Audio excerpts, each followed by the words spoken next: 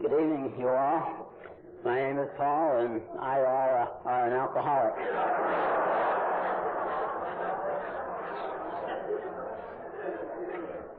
A routine, bona fide, certified, ordinary, common, garden variety, but very sensitive alcoholic. And I'm glad to be here. And I'm real glad that you're here. Sure would be a dull meeting without you. As John says, this has been a terrific weekend. This is where Roundup should be run. I think this has been just great. And it's running out, and I'm sure that's enough momentum to carry it through tonight. I'm used to, back where I come from, I'm used to having a show of hands. Can we see the hands of all the alcoholics in the audience? Would you raise your hand? We have a quorum. We can go on with the meeting.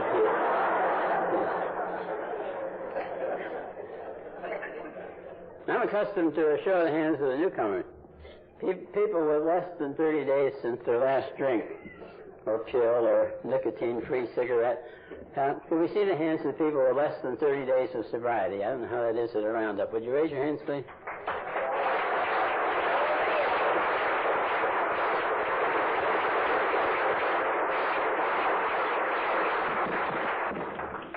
That's terrific. I'm glad you're here. And I have good news for you. You're going to make it. That's what it takes to make it in AA. You do damn fool things that people suggest, you know. You embarrass the hell out of yourself in front of 1,000 people. You're going to make it because you might as well keep coming back. There's no place to go. You've just ruined your reputation, you know.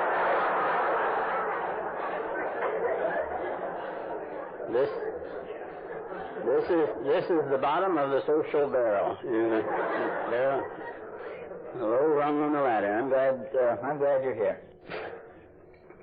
I also like to see the hands of the Al-Anons. I know there's some Al-Anons here. I can feel the vibrations.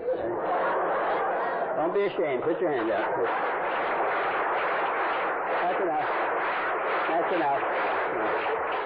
That's enough. Al-Anons are easily addicted to compliments and attention. You have to be careful. Don't laugh. You shouldn't laugh at the Al-Anons. You shouldn't. Our book speaks kindly of the Al-Anons. It says that they're not at fault. They seem to have been born that way. You know?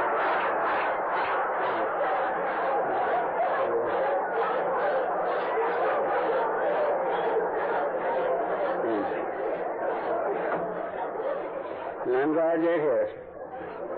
I'm always glad to see Al-Anons at meetings. Any meeting. They need all the meetings they can get. So I want to tell the Al-Anons, and also the alcoholics who were smart enough to be at that meeting this morning. That was a terrific meeting at the Al-Anon meeting at 10 o'clock this morning. If you want to learn something about acceptance, buy the tape. Buy Bob Bell's tape. It was terrific. A little bit long, but it was terrific.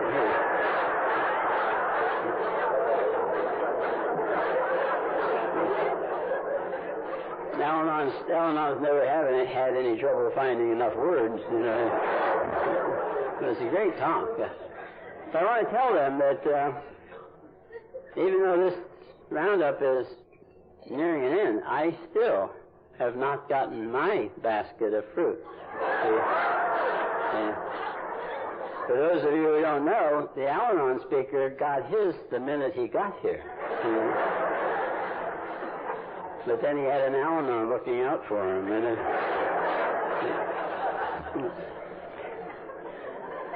I'm not resentful. I just mentioned it because I knew you'd want to know.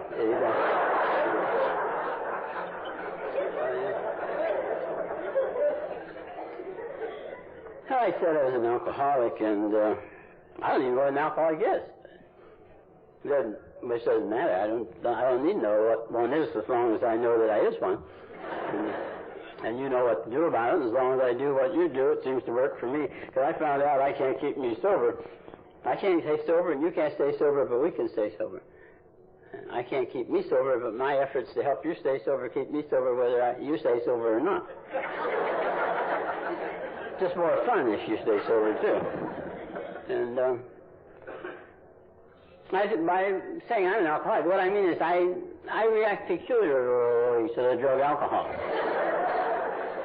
I do weird and peculiar things when I drink it. It's just best if I just don't.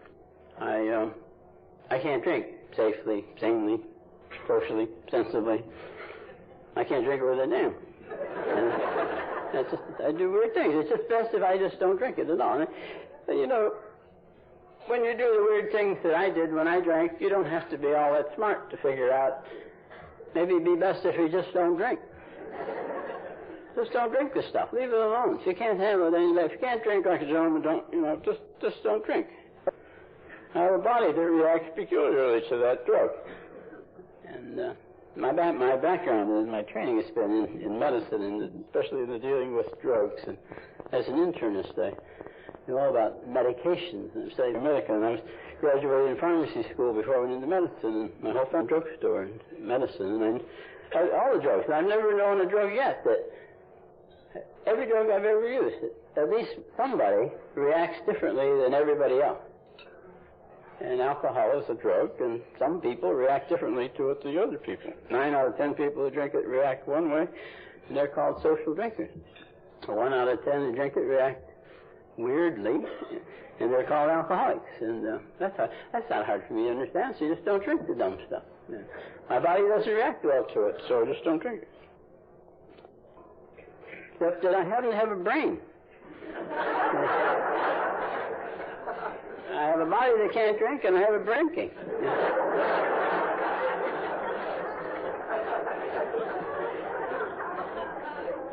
So I can't drink, but I have to drink. That's called a dilemma. What it means is, without AA, you're screwed. For a long time, didn't mean what the problem was. I'm not one of these people who...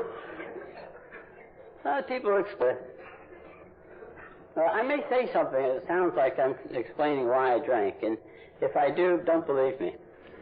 And I don't know why I drank. I had reasons for drinking. I drank when it was real hot in order to cool off. That's what beer is for. I drank to warm up when it was cold. That's why you take a bottle when you go to a football game. I drank in the daytime. You drink daytime drinks in the daytime. I drank at night. That's what nightcaps were for. I drank when I was around. You have to drink when you're around people who are drinking. Anybody knows that. I drank when I was alone because I was lonely. I drank at weddings because happy occasions. I drank at funerals because they were sad occasions. I drank when I was happy to feel happier, and I drank when I was sad, and I drank when I needed to pick me up, and I drank when I needed something to slow me down. Most of all, I drank because I needed to get to sleep. I was born with congenital insomnia. Sad case of the world's worst. I may not be the world's worst alcoholic. On the other hand, I may be, but I wouldn't mention it at an AA meeting. But I'm sure I have the world's worst case of insomnia, and I will compare my case with yours anytime after the meeting. Story. All I can tell you about my drinking is that every drink I ever took seemed like a good idea at the time. It just seemed like a good idea at the time. It may not have seemed like a good idea a short time later, but it seemed like a good idea at the time. I drank and felt wonderful. So people say they took a drink and boom, and they felt 8 feet tall. I mean, wonderful, and it's terrific. And I didn't get that feeling. I didn't have that feeling of wonderfulness. Mine was more like Father Terry talks about how when he took a drink, he didn't feel wonderful. He said when he took a drink, he felt like he was going to feel wonderful in about 15 minutes. I remember I would, and I don't remember drinking for a reason. I drank because it was there. And I went out and bought some because there wasn't any there when there wasn't any. You never knew what in it. It'd be embarrassing to not have any. And it was in the house, I drank it. If it wasn't in the house, I went out and got some. I was a home drinker. And if I ever drank for a reason, I thought it was to get to sleep. But way back to the beginning, way back to the beginning, I was, in retrospect, I hate church dinner dances. In the small town, you're a druggist and a doctor, you have to go to church functions to part of the business. And I didn't like church dinner dances because at the dinner dance, there are always people there.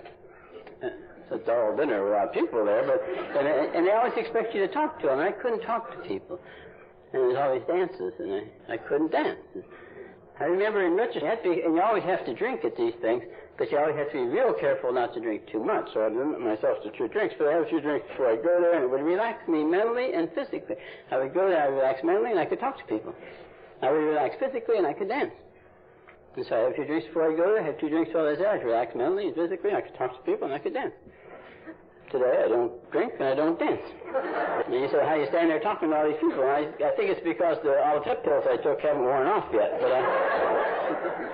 and so I would drink it, I would relax mentally and physically. It seems like, again, looking back at it in retrospect, it looked as though the 2 got out of sync. And I would get too relaxed physically and hadn't even begun to relax mentally yet. And I would get too relaxed. My tongue would get funny, my speech would get funny. And I would talk very slowly and deliberately so nobody would notice. And so I would reach for something and knock it over. I would trip. And when there was nothing to trip, I'd be lying there on the floor. You know? And my brain would say, get up, you fool. These people will think you're drunk. You know? And my body would say, what do you mean? Get up. I can't move from the waist down. Many times I'd find I was paralyzed from the ears down.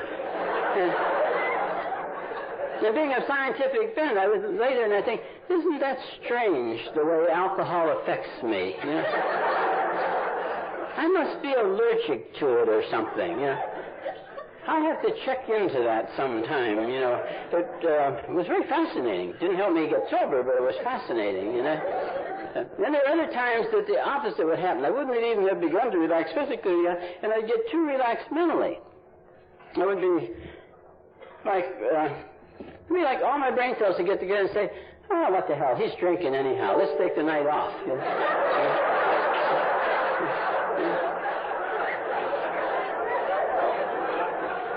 And they'd all go on home, you know. And my body would go on doing things, you know. And in the morning I'd try to figure out what my body had been doing when my brain had gone home to bed, you know. And I used to worry about what I'd been up to. And I used to try to figure that out. But I gave that up. I don't try to figure out what I was doing in the blackout anymore. Not since I heard Cliff R. from Oceanside talk about it. He finally came to the realization one time. He used to try to figure out what he was doing in the blackout, and he finally came to the realization he never ever had found that he had come out of a blackout to find that he had spent the night helping the little sisters of the poor.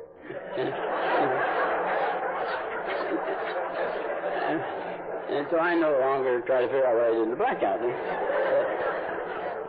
Then there were times when I would, both would get screwed up at the same time. I guess what I'm saying is that the longer I drank, the harder it was for me to predict what was going to happen if I took a drink. And, but I didn't know how to not drink. I ended up, I thought my problem was my wife. You had my wife, you'd drink too, for God's sake.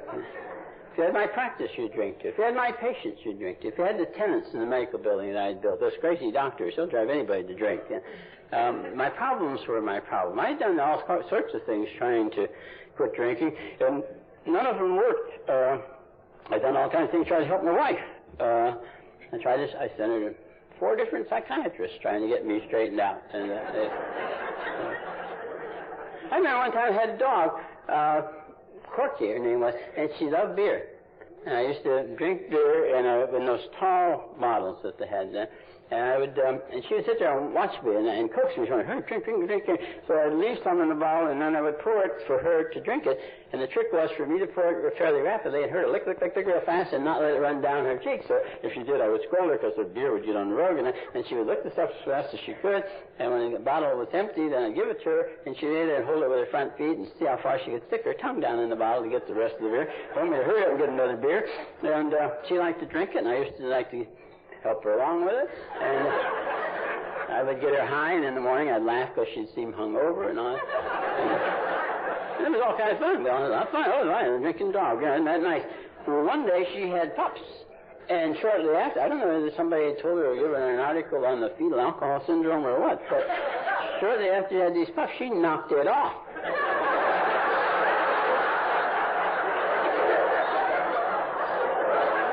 Just like that. She knocked it off. And that was, never had another drop. I learned to hate that damn dog, you know.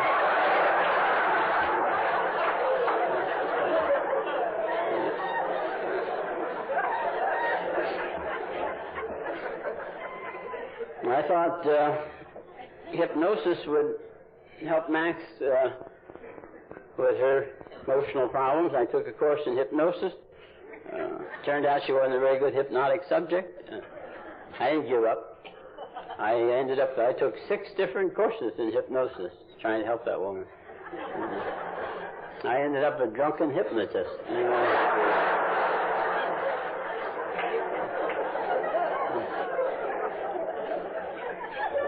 I talked about having trouble sleeping. I grew up in the drugstore, and when I was from Max, and I spoke with Max, and Max and I just realized the other day, at the end of this year, Max and I will have been married 45 years. That's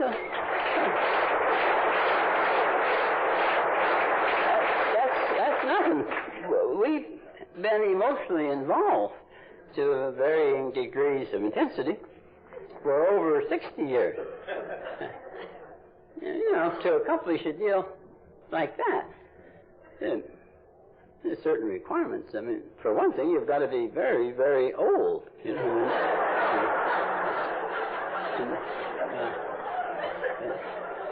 And we've been working on this deal a long time. Anyhow, I'll probably get back to it. I used to work on trying to get her sober. I worked on my sleeping problem.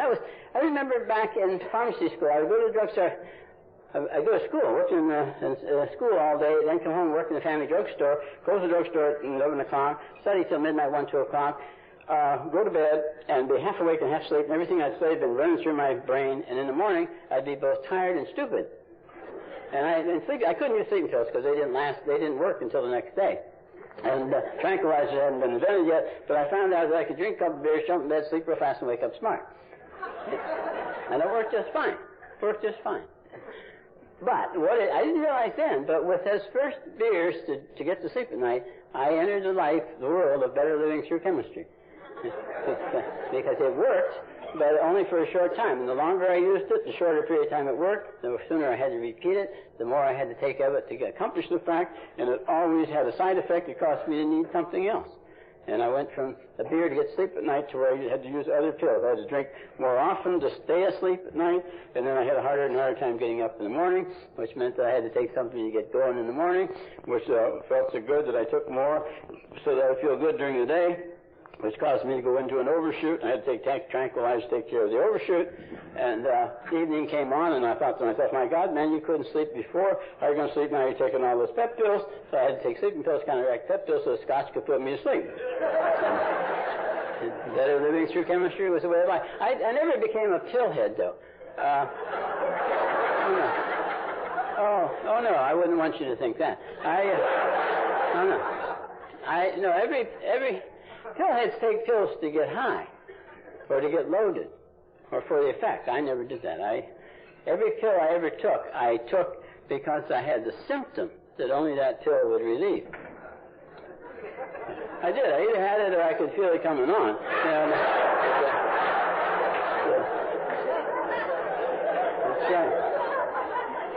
So every pill was medically indicated at the time and prescribed by a doctor, taken according to direction and dispensed by a pharmacist. I bought my pills wholesale. They're very tiny little pills, anyway. And but same way, I never became a dope fiend either. Never became a dope fiend addict. Dope fiends, they use dirty needles. They use dirty needles. They'll take anything. They say, "Oh, what's that? Give me some. I'll squirt it in. See what happens." You know. I never did anything like that. I never used anything but the purest of drugs that I had stolen from my patients, and I always. I never stole anything from a patient in need. In fact, usually they didn't need it at all. Max worked in the office. My family couldn't afford to send me to medical school. They didn't want me to go to medical school. They wanted me to stay home and work in a family drugstore, and it was the Depression and all that. And I didn't know how to get to medical school, so I married a girl next door, and it's better if you take cholelithiasis. You charge more. And I say 2 cc's of Demerol. And I give her 2 cc's of vitamin B complex. I'd take 1 cc of Demerol, and she'd owe me 1 cc.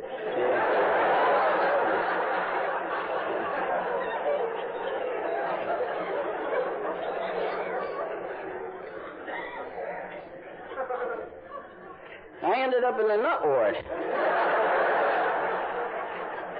I ended up in the nut ward of the hospital I was on the staff of. That was embarrassing. They never taught me in medical school how to act on the nut ward. And when you're on the wrong end of the stethoscope. And I found it very bewildering. They had a schedule on the bulletin board, and I'd read the schedule and read that thing through, and I wonder what I'm supposed to do. One of the things you're supposed to do, you're supposed to go out and play volleyball. The patients all go out and play volleyball. But before they have you go out to play volleyball, they fill you up with Thorazine. And you see the ball coming.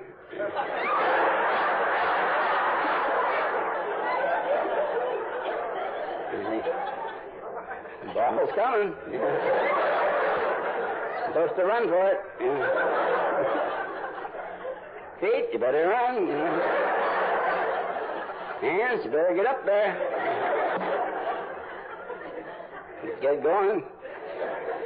Couldn't stop, you know. The ball back there someplace.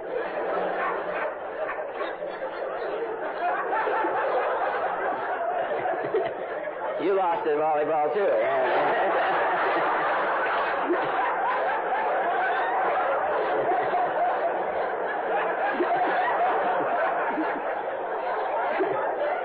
That was the most embarrassing part about being in that ward. The girl patients kept beating us, you know. Being a doctor, I ought to be able to play a better game of volleyball than that, you know. It's very embarrassing. I spent my time in the network. The more I control, the more I tried to control everything. I was trying to control people, places, and things, because if I had the feeling if I could control these things, I could control the drinking or something. Somehow it made sense to me. I shouldn't try to explain it, but I was trying to control everybody and everything. And the more I lost control, the more I fought for control. And the epitome of that was that I found myself in the nut war, spending my time making lists and orders and directions of things for Max to do to keep the world running right while I was locked up in the nut war. Now today, I admit that's kind of crazy. Not as crazy as her coming back every day for a new list like you did.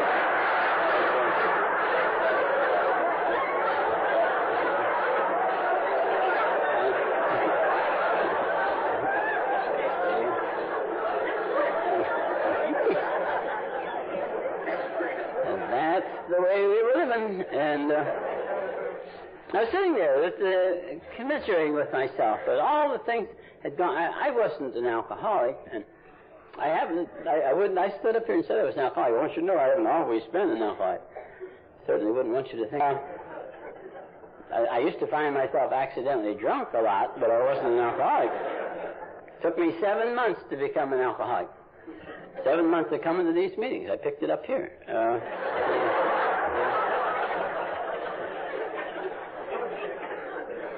funny part is, now that I'm an alcoholic, I don't even drink.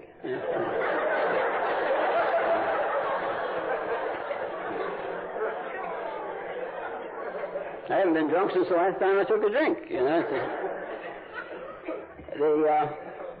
I was sitting there commiserating with myself that all the things, and I couldn't see it. First step said admit you're an alcoholic, and that your life is unmanageable. Well, I wasn't an alcoholic, but the idea of me, the world's greatest physician, sitting there in the nut ward of this hospital I was on the staff of, had never been part of my plan.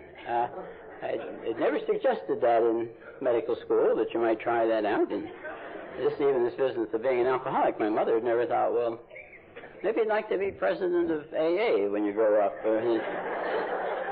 No school counselor had ever suggested it. In fact, I don't think I even look like an alcoholic, except when I'm drinking.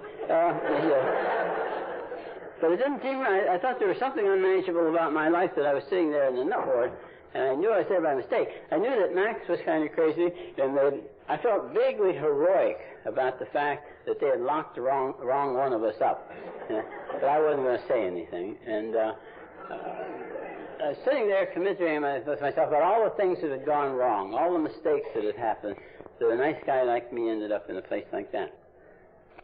And as I was thinking, this dumb psychiatrist who couldn't see that Max was my problem walked up behind me and said, how would I like to talk to a man from AA? And I thought, God almighty, don't I have enough problems of my own without trying to help some drunk from AA?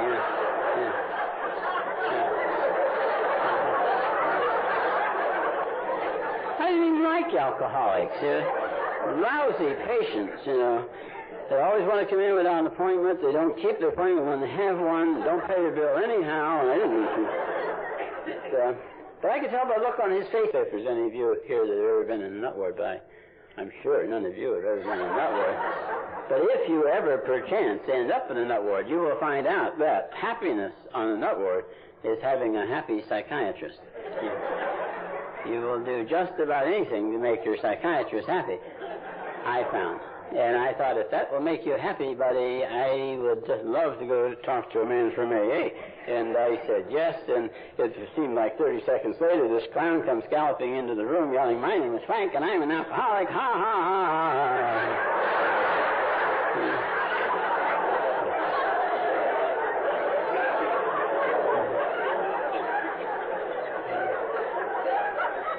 And I thought, oh, my God,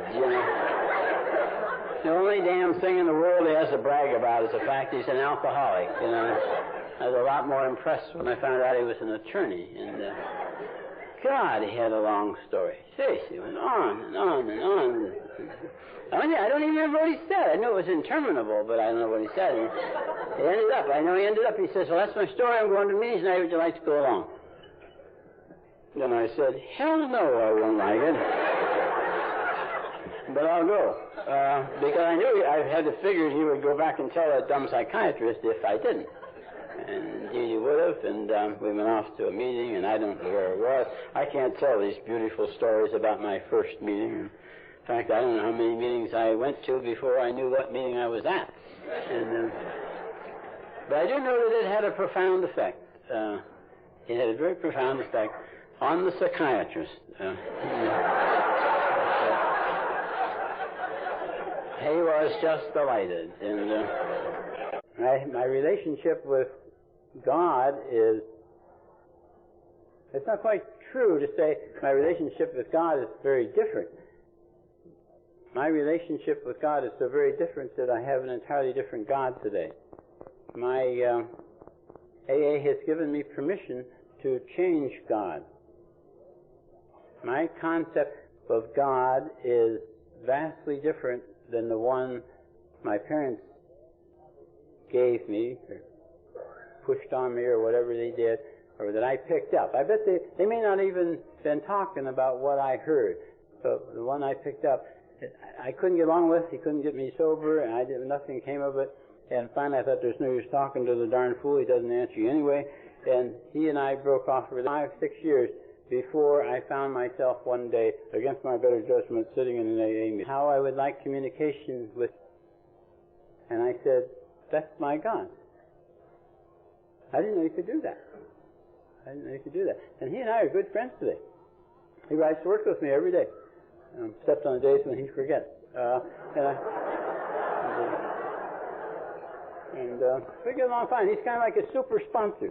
And I tell him, I'll pedal and you steer. Watch where you're going. God's sake, watch where you're going. I'm sick of, I know I have two lists.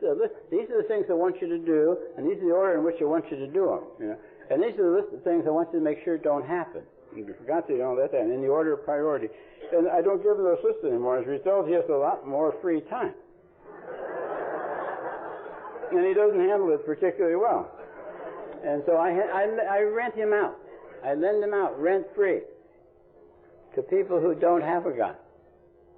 To people who don't have a God. Or to people who have a God that they don't get along with. One that doesn't like them. Or one they can't communicate with. And I lend them mine and tell them, use my God. You don't even have to ask me. Just go ahead, tell them I sent you. Try it out. Talk to my God. If it doesn't work for you, let me know. I'll speak to him about it. But you can, and you don't have to. I find that people, I say to people, have you written your fourth step yet? And they said, no, I'm still working on the third. You can't work on the third. You either made the decision to do it or you've made the decision not to do it. But you can't be working on it. I find that people are waiting till they feel spiritual in order to leave the third and go on and do the fourth.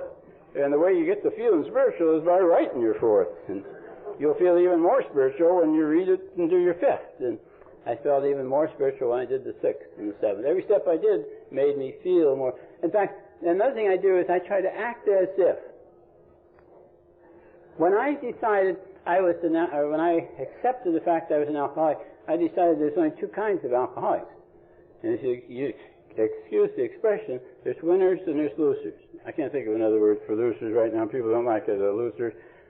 Anyway, but I decided I wanted to be a winner. And I decided that the way to be a winner is to act like one. It was obvious to me, if you act like a loser, you're going to be a loser, because a loser is an alcoholic who acts like a loser. And a winner acts like a winner. Does the things the winners do. And I go around to people in AA that I thought were winners, that had sobriety and seemed to have happy sobriety, and ask them, what are you doing? How do you work this program? And I would do the things that they were doing. And I find that happens with a lot of things. I used to love to be depressed. Just love to be depressed. I would go to bed, put covers over my head, and be depressed, and act depressed, and mope around. I came to the realization that's very depressing to act depressed. So instead I would act enthusiastic. And I find that when I act enthusiastic, I tend to become enthusiastic. And if you want to be spiritual, the way that becomes spiritual is to act like spiritual people act. Do the things that spiritual people do. And then you begin to feel more spiritual. In fact, and the question of loving, it's wonderful to be loving. But love is too strong a word for me. I have trouble with that, to be loving everybody. And because I'm just not loving by nature. But my home group is the 6:45 a.m. daily attitude adjustment hour. When we meet every morning to get our attitudes adjusted. And we recite the third step prayer and the seventh step prayer, the Lord's Prayer, surrender prayer. We're the prayingest group you ever saw. And we get our attitudes adjusted straight so we can go out there and face the world and go from that meeting to the next meeting without letting anybody or anything knock our attitude off dead center. And by God, someday I'm going to make it.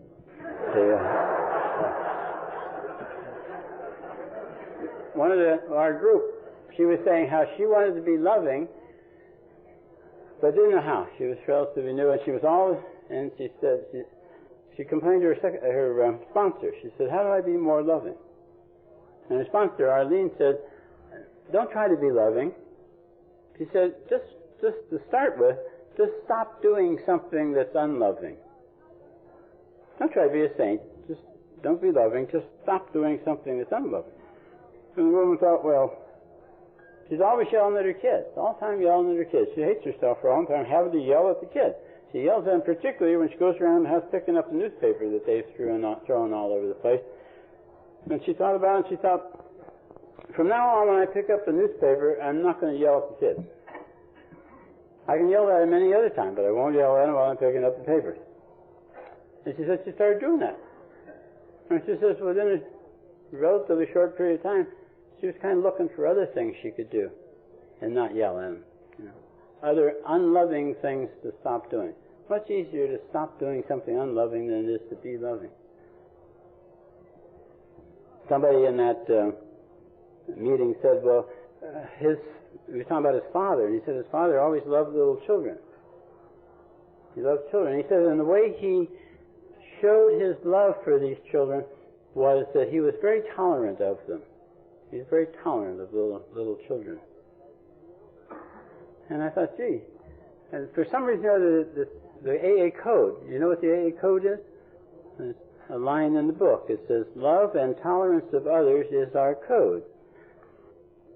I found it interesting they used the word code once. I never heard of it again. But also, I didn't know why they put love and tolerance of others in the same sentence, particularly. And it's obvious. To be tolerant of others is to be loving. And we do it all the time for newcomers. Everything I know about love I've learned in AA and from watching you deal with newcomers. We don't make them promise anything. We don't ask anything of them. We hope they keep coming back, but we don't tell them, you got to come back. We just love them just because they're here. Nothing requested, nothing asked of them, nothing. They owe us nothing. Just to allow us to love them. Have you ever tried doing that with your spouse? Yeah. I can make that worse if you think that's difficult, to treat your spouse like a newcomer. I was talking before about how I used to think I would have been a much better husband if I'd have had the ideal wife.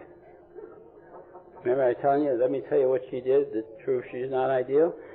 One day the stupid idea came to me out of someplace that said, why don't you be the person, be the husband you would be if you had married the perfect spouse? I hate to say that in front of Max. That's the real challenge, to be the person you would have been if you had had the perfect spouse. Well, I'll say one more thing about this love business. I love to find easy definitions of love so I can practice trying to be more loving. It never occurred to me, but one time I read that to love another person, make them feel important. Now that's pretty simple, isn't it? That's easy enough to make it. That can mean just a smile, or just looking somebody in the eye, or a handshake, or saying hello, or a note, or a phone call. It's easy, there's no limit to the number of little bitty easy things we can do to make another person feel important. I'm sure it's even more obvious to you than it is to me that I'm enjoying talking to you and I'm having a hard time sitting down. But I swear I'm going to do it because I'm talking about my two favorite subjects, alcoholism and me, you know. I should say AA and me. But, you know, it's an interesting thing that I was sure for years, I was absolutely sure for years that the worst possible thing that could ever happen to a nice guy like me would be I turn out to be an alcoholic. And it turns out the best thing that's ever happened. Best thing that's ever happened. I've never had it so good. I had to be forced here through the nut ward, and I had to admit I was an alcoholic just to please you. After 7 months, I was able to accept my alcoholism, haven't had a drink since, and I have since come to the third step of that, which is approval. Now, I not only admit and accept my alcoholism, I thoroughly approve. In fact, it's an important point. I find a lot of people can't accept life on life's terms because they don't approve of it. You don't have to approve of it to accept it. I remember I was quoting a woman I'd heard at the Palm Springs Roundup one year she was saying that life is not painful. She said, life is not painful. It's my resistance to life that is painful. And after the meeting, a woman came up to me and she says, I can't accept that. I have a teenage son who was in a motorcycle accident. He's been in a coma ever since. I suggested that she doesn't have to approve of it. All she has to do is accept it. What do we accept when we accept life? What is it we accept? I think we accept the challenge. Life says, this is the way life is. What are you going to do? Who are you going to be? Are you going to be a victim or a survivor? And we accept the challenge. That I can put up with. I can make it anyhow. With the help of these people and the help of God, I can make it. And we're survivors. We used to be victims, and now we're survivors. We've accepted the challenge of life, and today I approve of my life. I want to say, as I sit down, I want to say I love you all. But I remember that I used to, when people said that, say, I love you all. I was saying, BS, you know. I think, you don't even know me, for God's sake. And if you did, you wouldn't like me, you know.